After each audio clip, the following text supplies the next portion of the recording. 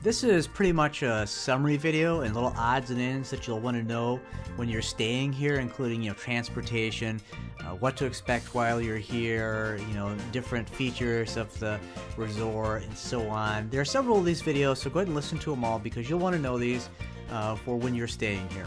Okay, here's a few more odds and ends I'm going to throw in here. One thing that a lot of people get to a resort and they like to use the internet, and there's internet available here, but it's at the check-in, the office down there, which is, it's okay because there's beautiful views, a lot of places to sit down there. Now, there is an internet available in the individual condos themselves.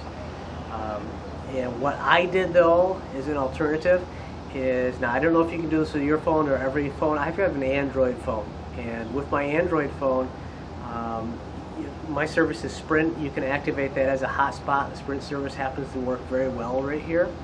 Additionally, if you don't want to pay for the Sprint service, I actually got an application app that turns it on so that it can broadcast to, my wife has a little tablet PC, and I have a laptop that I use, and it'll hook up and make like a little mini Wi-Fi router kind of thing, and I use that, and that's what it worked perfectly for me. It's not as fast as maybe like a cable or a DSL, but it actually worked really, really well. So that's also an alternative if you don't want to go down to the office to use their internet. Additionally, too, it's pretty sunny. You can probably see a shadow on me at this point.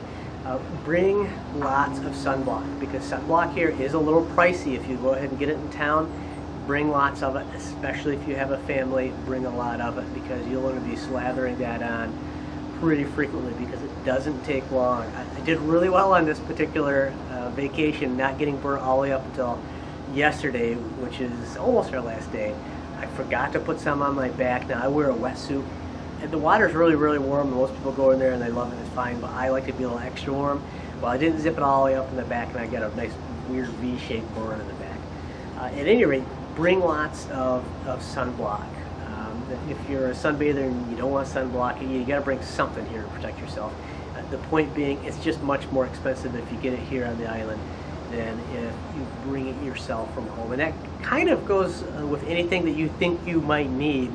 And you can bring it relatively easily and it's not a lot of weight. Probably ought to bring it from home because things are just a little more money here. On average, you can expect things to be at least 30% more. There's no sales tax here, though. That is kind of a compensating thing. But because they have to bring everything in, they don't really make anything here, really.